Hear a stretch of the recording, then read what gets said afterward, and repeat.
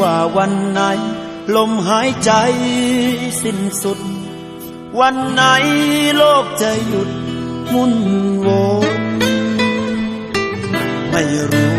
ว่าลมหนาวจะพัดมาอีกกี่หนรู้แค่มีหนึ่งคนเคียงข้างเสมอไม่สนว่าบนฟ้าคิดให้ใครมาพูดใจฉันนั้นจะอยู่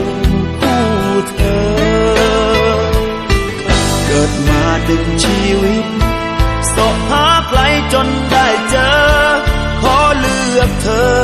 รักเธอหมดหัวใจเธอคือคนเดียวคนสุดท้า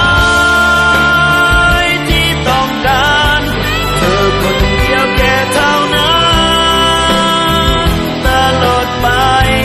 วันเวลาต่อแต่นี้สองคนสองกายจะรักจะอยู่เป็นคู่หัวใจคู่ชีวิต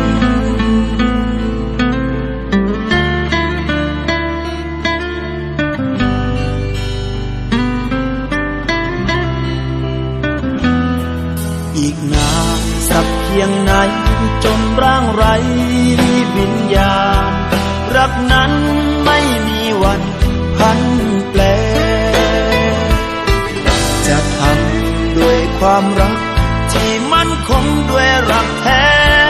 ให้แน่วแน่ให้ฟ้าเป็นพยานเธอคือคนเดียวคนสุดท้ายที่ต้องการเธอคนเดียวแค่เท่านั้นตลอดไปวันเวลาต่อแต่นี้สองคนสองกาย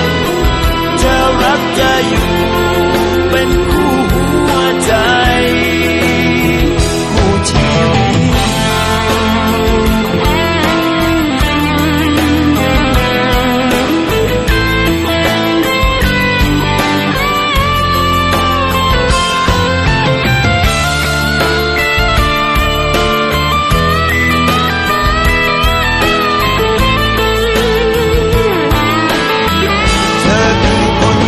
คนสุดท้า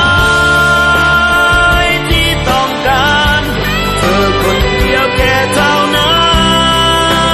นตลอดไปวันเวลาต่อแต่นี้สองคนสองกายจะรักจะอยู่